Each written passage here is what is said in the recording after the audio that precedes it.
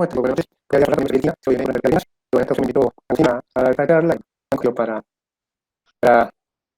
para destacar. Vamos a hablar de un paciente positivo y con positivo. ¿Sí? Es un tema que vamos a tratar de su máximo. Vamos a hablar de positivo. Es una enfermedad potencialmente mortal que presenta efectos extraordinarios. El paciente tiene una progresiva parcialmente reversible a su respuesta inflamatoria anómala a partículas.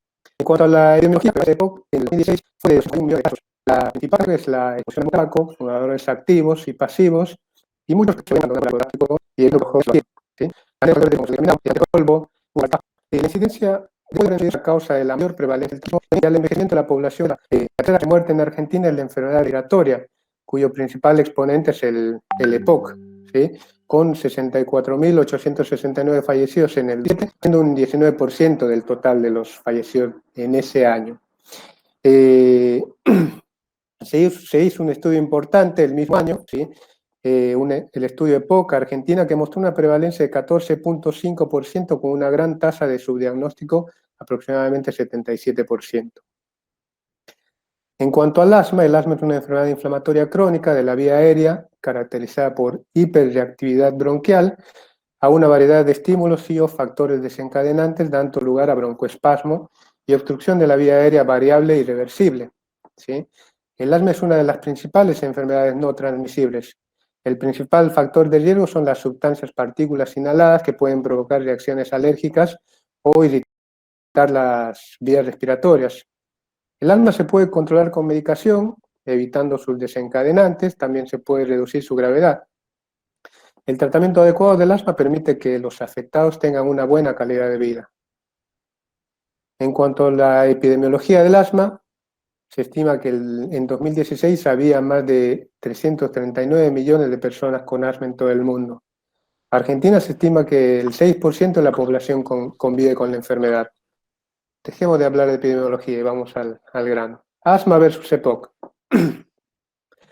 Estas dos patologías se diferencian por su patogenia y respuesta al tratamiento, siendo el asma por sensibilidad a distintos estímulos, ¿sí? Reversible al tratamiento, y en el EPOC es producida por una respuesta inflamatoria a agentes nocivos, puede ser parcialmente al tratamiento, parcialmente reversible al tratamiento, ¿sí? Pero ambas producen inflamación de la vía aérea, obstrucción al flujo aéreo y autopip e hiperinsuflación dinámica, ¿sí? Si recordamos que la expiración se produce cuando la presión alveolar es mayor que la presión en la vía aérea, generándose un flujo contra la resistencia expiratoria, o como vemos en esta fórmula, donde vemos claramente que el flujo es igual a la diferencia de presiones sobre la resistencia expiratoria, vemos en este gráfico que nuestros pacientes en la figura 1 presentan obstrucción al flujo aéreo, o sea, un aumento de la resistencia, por lo que si volvemos a la fórmula anterior, al aumentar la resistencia expiratoria, lo que tendremos es una disminución del flujo, o sea, una disminución de la expiración. De tal manera que si proporcionamos suficiente tiempo a la expiración, este aumento de la resistencia aumentará el volumen al final de la expiración por encima de la capacidad residual funcional al no vaciarse el pulmón adecuadamente, produciéndose hiperinsuflación y generándose presión positiva al final de la expiración, es decir, autopip o PIB intrínseca.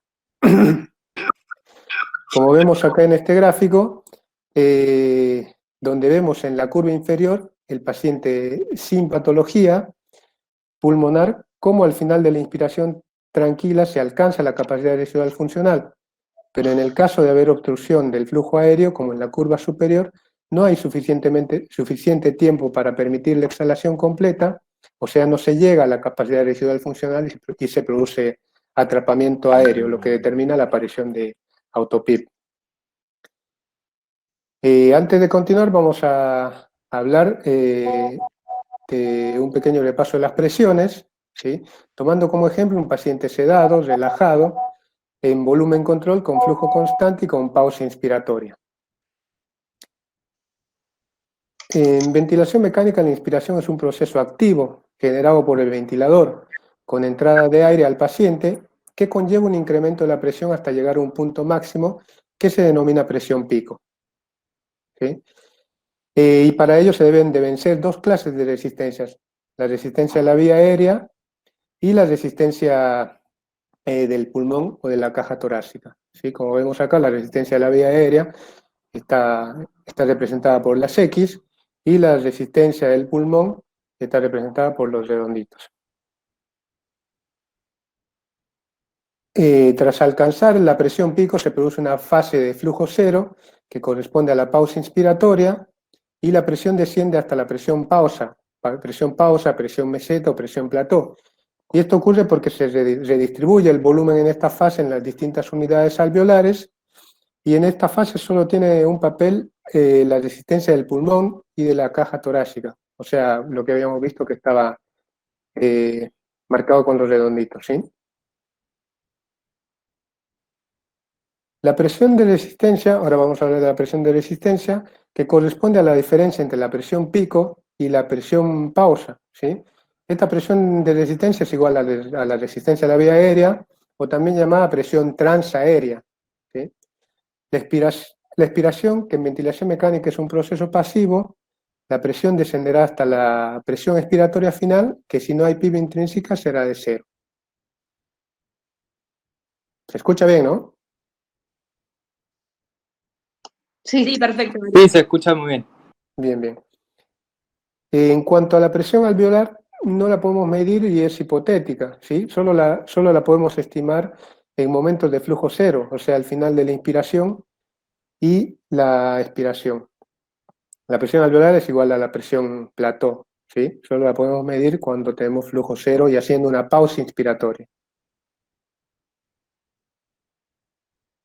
Volviendo a la presión de resistencia, que es la diferencia entre la presión pico y la presión plató, sabemos que la resistencia es igual a la presión sobre flujo, por lo que la presión es igual a resistencia por flujo. De tal forma, ¿cuándo aumentará la presión de resistencia? Cuando aumente el flujo o aumente la resistencia de la vía aérea. Acá en estos tres ejemplos vemos distintos niveles de resistencia baja, media, alta, ¿sí? Y observamos cómo aumenta la presión de resistencia en cada caso. Ven acá la presión de resistencia, de acuerdo a la diferente resistencia de la vía aérea, cómo aumenta. En este ejemplo tenemos un paciente con estatus asmático, ¿sí? Vemos cómo la presión pico llega hasta valores de 52, con una presión plató de 13, ¿sí? Con una amplia presión de resistencia. No llega ni a 20 la presión plató, 13.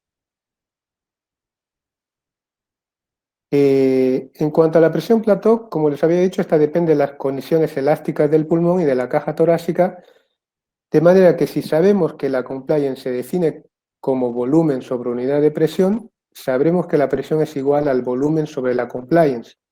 Por lo tanto, cuando aumentará la presión plató, cuando aumente el volumen corriente, disminuirá la compliance o cuando haya PIB intrínseca, o sea, aire atrapado. Acá en este otro ejemplo vemos cómo aumenta la presión plató a medida que disminuye la compliance, ¿sí? O en este caso a medida que aumente la elastancia. Vemos el aumento de la presión plató. Esta gráfica es el del mismo paciente que vimos hace un rato con estatus asmático, pero acá no vemos ni la presión pico ni la presión de resistencia elevada. Esto es porque este paciente está ventilado en modo presión control, por lo que en estos casos lo que debemos fijarnos nosotros es el flujo expiratorio. Acá vean el flujo expiratorio. Como vemos acá, la curva de flujo expiratorio no llega a cero, ¿sí? Esto se debe a que queda aire atrapado, o sea, autopip. Acá vemos lo mismo, una curva de flujo constante de ventilación mecánica controlada por volumen. Vemos la curva de flujo expiratorio, cómo se ve un cambio súbito de la resistencia, un colapso dinámico, y cómo el flujo se reduce apartándose del trazado esperado, que es la línea punteada. El flujo tendría que llegar hasta cero, hasta la línea punteada, pero el flujo se reduce generando autopip, atrapamiento. Pero no solo en situaciones patológicas de obstrucción al flujo aéreo se puede generar autopip, sino, bueno, como podemos ver acá, una frecuencia elevada, por ejemplo de 40, 35, 40, o un tiempo inspiratorio corto, provoca que se genere autopip, como vemos en este caso, frecuencia respiratoria de 40, hay autopip, ¿sí? La curva de flujo no llega a cero. Bueno, que en el caso de acá abajo desaparece en el momento que se baja la frecuencia respiratoria, llegando el flujo hasta cero. ¿Y cómo medimos la autopip? Podemos hacerlo haciendo una pausa expiratoria en la que se ocluye la rama expiratoria antes de que comience la inspiración. Así de esta forma se equilibran las presiones y lo que medimos es la autopip. Como vemos que ocurre en el gráfico, hacemos una pausa expiratoria, ¿sí? Y lo que medimos es la autopip. Otra manera de medir la autopip es desconectando y reconectando al paciente del respirador. Si desconectamos acá y luego reconectamos acá, vemos que la presión plató tras reconectar es menor que la previa. Y esto es debido a que el pulmón tiene tiempo a vaciarse, ¿sí? En los ciclos sucesivos vuelve el atrapamiento aéreo hasta alcanzar la presión que tenía previa a la desconexión. Así la diferencia entre la presión plató antes de la desconexión y la presión plató después en el primer ciclo tras la conexión es también una buena medida del autopip. Pero para todas estas medidas, para estar seguro que las medidas son válidas, el paciente no tiene que hacer esfuerzos inspiratorios o expiratorios. O sea que la mejor manera de hacerlo es que el paciente esté completamente sedado o relajado, como vemos en el gráfico. En la primera medición de autopip, el paciente hace una inspiración, por lo que la medición no es válida en esta parte. Si el paciente hace una inspiración, la medición no es válida. Sin embargo, en la siguiente medición, el paciente ya no hace ningún esfuerzo respiratorio, así que la medición es correcta. ¿Sí? Otra forma que podemos hacer si no queremos relajar al paciente es hiperventilarlo, ya sea con el respirador o con ambú, porque a veces se consigue capturar el centro respiratorio y el paciente deja de hacer esfuerzos respiratorios. Acá vemos que el paciente está totalmente desadaptado y la medición es incorrecta. Si hacemos una hiperventilación con ambú y conseguimos un efecto similar al que estuviese relajado, como vemos acá. No hace ningún esfuerzo respiratorio, por lo que la medición de autopip sería la correcta. Otro problema con el que nos podemos encontrar cuando medimos la autopip es que puede existir una marcada hiperinsuflación con autopip baja, lo que llamamos autopip oculta. Y esto se da porque al final de la expiración puede haber vías aéreas distales que pueden estar cerradas u ocluidas, por ejemplo, con un moco impactado, líquido, ¿sí? Quedando incomunicadas durante la maniobra de medición y así se infraestima el aire atrapado, como vemos en el gráfico. De los 4 alvéolos, 3 de ellos están ocluidos, ¿sí? De manera que cuando hagamos la maniobra de medición de autopip, solo este alvéolo, estará comunicado, por lo que en este ejemplo la autopip que nos dará es de 5, porque el resto, bueno, tienen los alvéolos tapados y no medimos los otros alvéolos, no refleja la realidad de la medición. Y una manera de sospechar también que existe autopip oculta es viendo el efecto de la prolongación del tiempo expiratorio sobre la PIB intrínseca y la presión plató, de tal forma que si aumentamos el tiempo expiratorio conseguimos una reducción del autopip, pero no de la presión plató. De esta manera debemos sospechar la presencia de autopip oculta también. Bueno, eso es lo que les iba a hablar de fisiopatología y en resumen vemos que un paciente con obstrucción al flujo aéreo tiene un aumento de la presión pico, aumento de la presión de resistencia, un aumento de la presión plató, ¿sí? Y un aumento de la hiperinsuflación y autopip. Esta hiperinsuflación pulmonar y autopip da lugar a complicaciones o consecuencias tanto a nivel pulmonar, aumento del trabajo respiratorio y efectos a nivel hemodinámico también. ¿sí? A nivel pulmonar, el exceso de aire atrapado puede sobredistender regiones pulmonares funcionales adyacentes que se pierden, y así aumentar el grado de hipoxia y, por otra parte, mayor hipercapnia. A pesar de que aumentemos el volumen minuto, ya que si aumentamos el volumen minuto, lo que hacemos es empeorar la hiperinsuflación y mayor compresión de las zonas funcionantes. Por otro lado, al tener aire atrapado, aumenta la presión alveolar con aumento del riesgo de barotrauma. En cuanto al aumento del trabajo respiratorio, recordar que para que se inicie una inspiración disparada por el paciente, este tiene que hacer esfuerzo inspiratorio, de tal manera que la presión que ejerza descienda por debajo del trigger de presión. Este trigger suele ser de 2 centímetros de agua por debajo del trigger. Acá vemos que el paciente inicia su inspiración y deberá hacer este esfuerzo hasta llegar al nivel de trigger para que el respirador inicie la respiración, inicie la inspiración. Sin embargo, si el paciente tiene un autopip, este actúa como una resistencia añadida que el paciente debe vencer y deberá hacer mayor presión negativa para disparar el trigger. Acá vemos cuando el paciente inicia la inspiración, que es la línea roja, lo que hace lo hace desde esta presión superior a la previa y debe hacer una presión o esfuerzo extra hasta llegar al trigger que inicie la inspiración. Esto da lugar a taquipnea, respiración ineficaz, esfuerzo inspiratorio, asincronía paciente-respirador, ¿sí? Y destete dificultoso. Esto se podría disminuir o mejorar aplicando algo de presión extrínseca o con trigger de flujo también.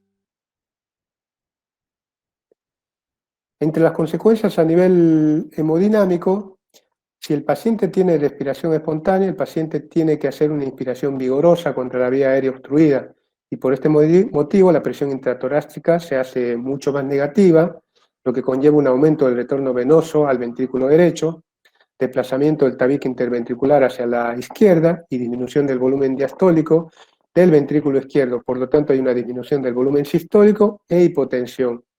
Por otra parte, una aspiración en ventilación mecánica con un paciente relajado produce un aumento de la presión intratorácica también, que nos lleva también a disminución del retorno venoso, aumento de la poscarga y también hipotensión. Como vemos acá, las consecuencias de la autopip, vemos cómo la presión arterial aumenta a medida que la autopip disminuye. Con una autopip de 24 hay hipotensión y a medida que va disminuyendo la autopip, la presión va regulándose y mejorando. Para comprobar si la hipotensión de estos pacientes durante la ventilación mecánica se debe a hiperinsuflación dinámica o a otra causa, se puede hacer una prueba de apnea de 30 o 40 segundos y ver si aumenta la presión arterial. Si aumenta la presión arterial es que la hipotensión se debe a hiperinsuflación, ya que durante la maniobra hemos conseguido vaciar el pulmón y su efecto sobre la presión arterial. Pero si no remonta, debemos pensar en otro tipo de complicaciones, por ejemplo, neumotórax o barotrauma. Acá tenemos este ejemplo, ¿sí? Que tras una desconexión hay un aumento de la presión arterial, por lo tanto creemos que la hipotensión se debe a la hiperinsuflación y debemos cambiar o mejorar los parámetros respiratorios. Bueno, ventilación mecánica, ¿qué maniobras o qué parámetros debemos cambiar o mejorar para usar en estos pacientes con obstrucción al flujo aéreo? Las estrategias de ventilación mecánica invasiva en un paciente con un patrón obstructivo. La principal estrategia es el aumento del tiempo expiratorio, ¿sí? Bueno, para darle el tiempo a que el pulmón logre vaciarse. Entre el modo ventilatorio, no existen estudios que demuestren qué modo ventilatorio es superior, ¿sí? Utilizar el modo en el cual el paciente esté mejor adaptado y con menor riesgo de complicaciones. Esta elección también está influenciada por las preferencias de cada institución, ¿sí? O por las preferencias que tiene cada médico. Los parámetros, en general se usan volúmenes corrientes bajos, menos de 8 mililitros kilo peso, ¿sí? Frecuencia respiratoria baja, entre 10 y 15, ¿sí? Recordemos que si la frecuencia es aumentada podemos generar más autopip. Presión plató menor de 30 centímetros de agua, ¿sí? Hay que tolerar una hipercapnia permisiva por hipoventilación controlada, habitualmente bien toleradas siempre y cuando no excedan los 90 milímetros de mercurio, ¿sí? Igual ya cuando un paciente tiene 60 milímetros de mercurio de PCO2, ya nos empezamos a asustar. Todo esto puede generar acidosis secundaria, ¿sí? Pero un pH mayor a 7,20 puede ser bien tolerado. No olvidar que esta situación de acidosis respiratoria puede producir vasodilatación cerebral, edema cerebral, disminución de la contractividad miocárdica, por lo que debemos tener cuidado en pacientes cardiópatas o con hipertensión endocraniana. El flujo inspiratorio elevado es otra estrategia para aumentar, en este tipo de pacientes, aumentar el flujo inspiratorio, ¿sí? Pero debemos evitar tener presiones por encima de 50 centímetros de agua, ¿sí? En este gráfico se aprecia cómo al ir aumentando el flujo inspiratorio vemos cómo disminuye la autopip. ¿Sí? Aumentando el flujo 30, 50, 80 y la autopip va aumentando. Perdón, va disminuyendo. Quitar la pausa inspiratoria también, porque así conseguimos disminuir el tiempo inspiratorio y aumentar el tiempo expiratorio. Acá vemos que tras poner una pausa inspiratoria, o sea, lo contrario a lo que estamos mencionando, aumenta la presión pico y la presión plató, a la vez que vemos una disminución en la presión arterial en relación a la hiperinsuflación. ¿Sí? Acá estamos, al contrario de lo que dije, estamos aumentando el tiempo de pausa, lo que hace que aumente la presión plató y disminuya la tensión arterial. Otros parámetros en algunos respiradores que se pueden controlar es aumento de la relación IE, ¿sí? Este aumento de la relación IE tiene un límite, ¿sí? En general se ha visto beneficio del empleo de un tiempo expiratorio o una relación IE mayor a 4. En cuanto a la PIB extrínseca, esta disminuye el trabajo respiratorio para disparar el trigger y así mejorar la interacción paciente-ventilador. Si no podemos PIB, el paciente tiene que hacer este esfuerzo, pero con PIB extrínseca disminuye la presión negativa que tiene que hacer y realizar para disparar. Por otra parte, si se detecta un fenómeno asociado al cierre de las vías aéreas, como mencionamos hace un rato, al final de la expiración, o sea, hay PIB oculta, ¿sí? Una PIB extrínseca puede ayudar a disminuir la hiperinsuflación al abrir las vías aéreas cerradas y que se vacíen las vías aéreas cerradas. Otras medidas, tener tubuladuras poco complacientes, la sedación, ¿sí? La sedación asegura la sincronía paciente-ventilador, disminuye el consumo de oxígeno y la producción de CO2, los relajantes musculares, en caso de no ser suficiente la sedación, pero no olvidarnos el efecto secundario que son la polineuropatía, ¿sí? Pero eso en general en pacientes de terapia intensiva que tienen mucho uso de relajantes musculares, sobre todo en el caso actual de la pandemia. Otras medidas, anestésicos generales, el alotano, el isoflurano, que son broncodilatadores, tomar en cuenta los efectos adversos de presión miocárdica, vasodilatación arterial, arritmias. Los beneficios no perduran en el tiempo tras su suspensión, lo que puede causar un broncoespasmo de rebote. Perdón. La ketamina, que es un fármaco con efecto sedativo, analgésico, anestésico y broncodilatador. Hay que tener en cuenta también los efectos adversos, ¿sí? Aumento de la presión intracraneal, aumento de las secreciones.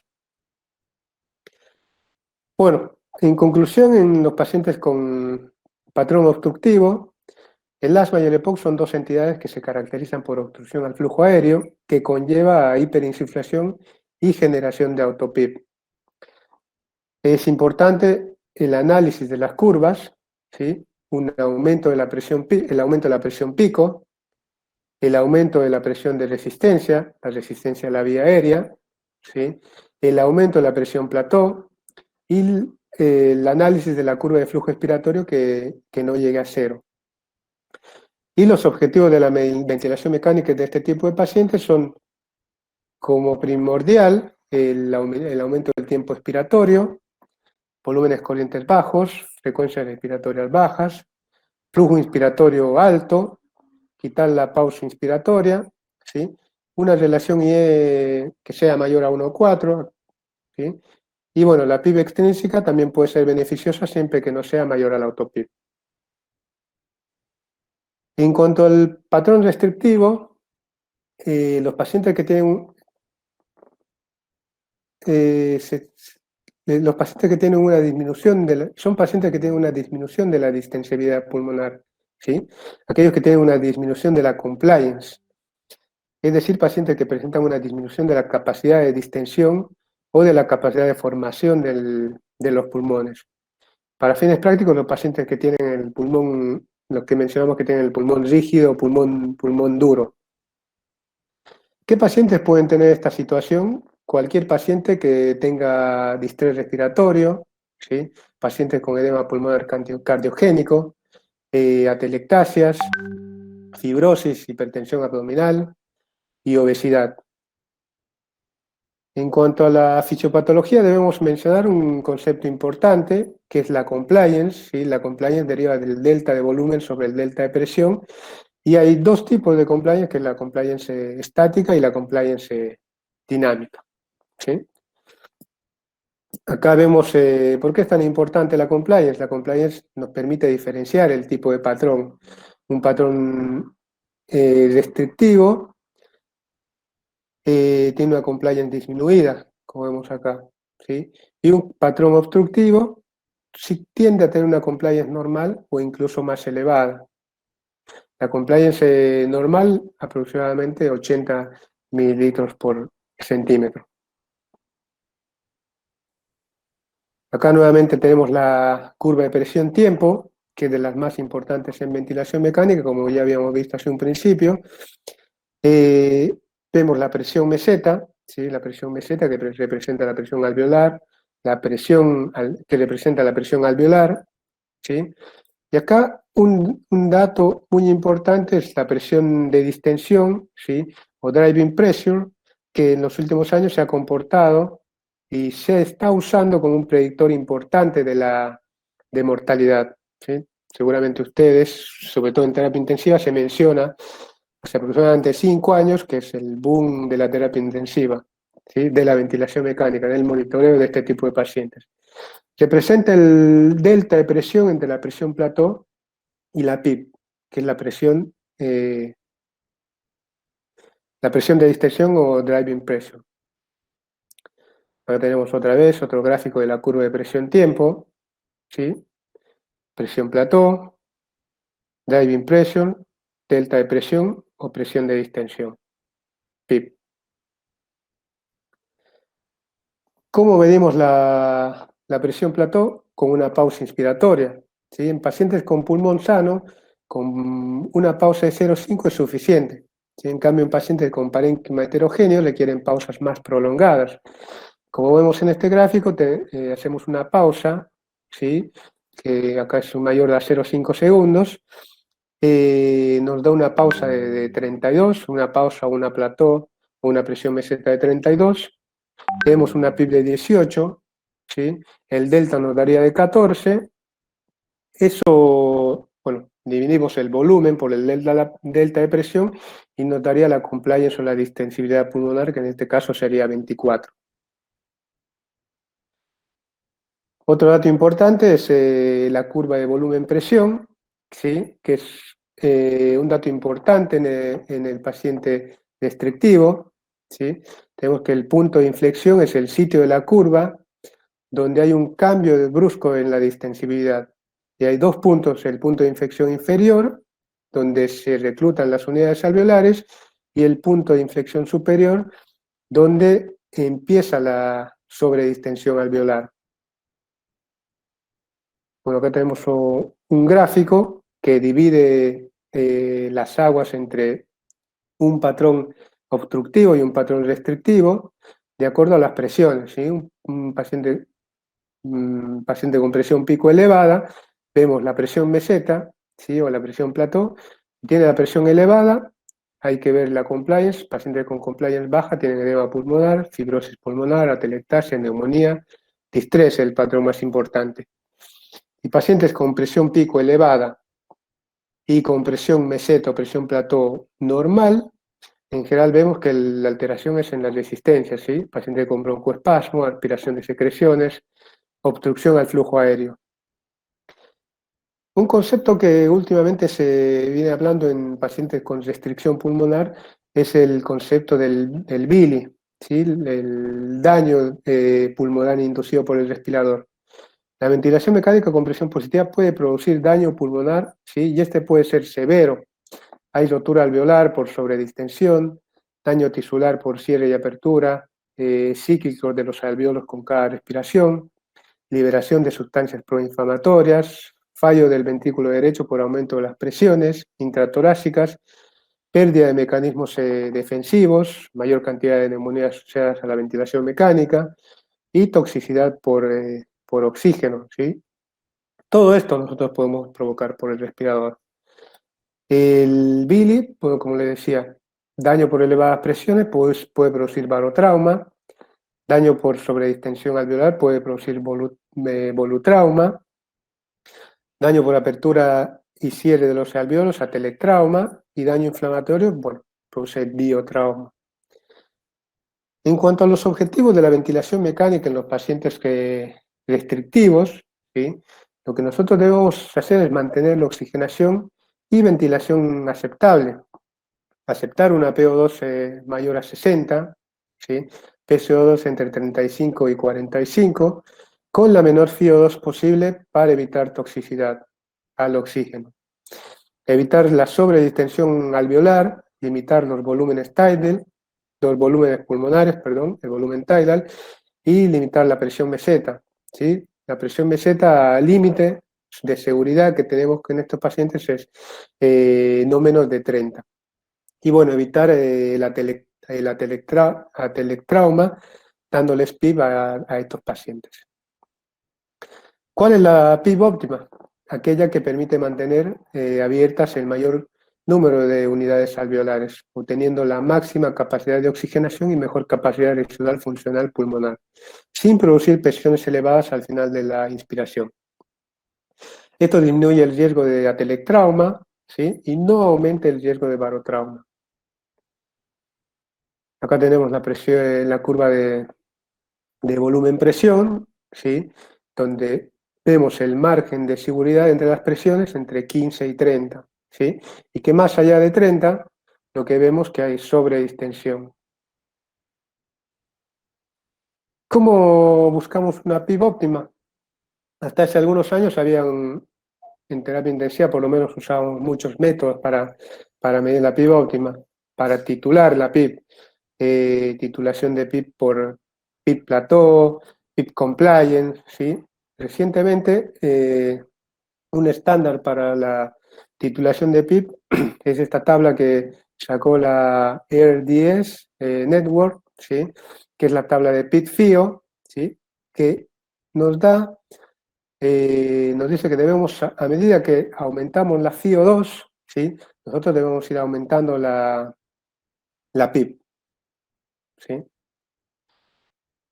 El volumen tidal, habitualmente estos pacientes necesitan volúmenes bajos, entre 6 y 8 mililitros kilo peso, ¿sí? Del peso ideal. Incluso algunos pacientes van a requerir menores volúmenes, entre 4 a 6 mililitros kilo peso, ¿sí? En cualquier caso, bueno, siempre tiene que ser por debajo de los 10 mililitros kilo peso. Como ya les había mencionado, evitar la sobredistensión y el barotrauma, ¿sí? Y siempre tener en cuenta una presión meseta menor a 30. Bueno, como vemos acá, siempre tener una presión meseta, el objetivo es tener una presión meseta menor a 30, ¿sí? Ir controlando cada 4 horas y después de cada cambio de PIB o de volumen tidal,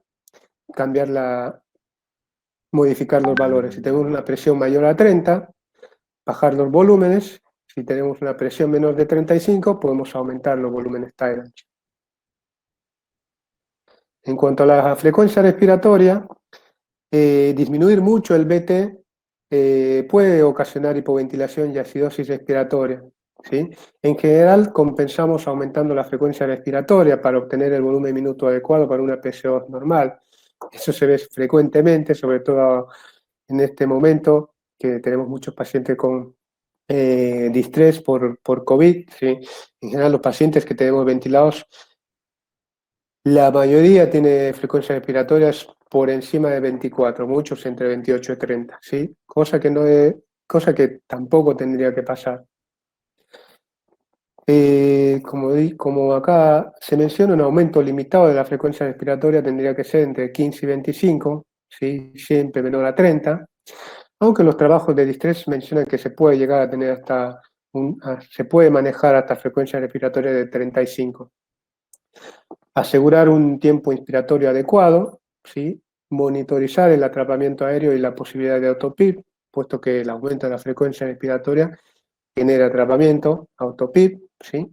Y si no conseguimos una PCO2 normal, bueno, renunciamos a ello y vemos que podemos tener un pH aceptable de 7,20, a lo que llamamos hipercapnia permisiva, ¿sí? Como hace rato mencionamos, no mayor a 90, ¿sí? Pero bueno, en caso de tener un pH de 7,20, que ya es peligroso, podemos considerar la infusión de bicarbonato. Otras estrategias, ¿sí? Para el manejo de este tipo de pacientes con alteración con patrón restrictivo, maniobras de reclutamiento, bloqueo neuromuscular, ¿sí? Y ventilación de cúbito prono y ECMO, que bueno, se hacen en unidades de terapia intensiva. Entre las conclusiones del manejo de pacientes con patrón restrictivo, vemos que tenemos que tener una oxigenación, tenemos que tratar de tener una PO2 por encima de 60, ¿sí? Alcanzar una saturación de 90 con con la FIO2 más baja posible. En cuanto a la ventilación, tengo que intentar tener una PCO2 entre 35 y 45, un pH normal, ¿sí? Y bueno, tenemos que tolerar a veces PCOs muy elevadas, ¿sí? Lo que se llama hipercapnia permisiva. Evitar la sobredistensión en la inspiración, volúmenes bajos, ¿sí? De 6 a 8 mililitros kilo peso. Limitar la presión plató, presión meseta, ¿sí? No más de 30 centímetros de agua. Evitar el colapso expiratorio, dando PIP, ¿sí? Como ya habíamos visto, la tabla PIP-FIO nos sirve de mucho, ¿sí? Y bueno, una ventilación adecuada, evitando la hiperinsuflación dinámica, dando frecuencias entre 15 y 25, y las estrategias de rescate tenemos las maniobras de reclutamiento, bloqueo neuromuscular, ventilación en decúbito prono y ECMO. Muchas gracias.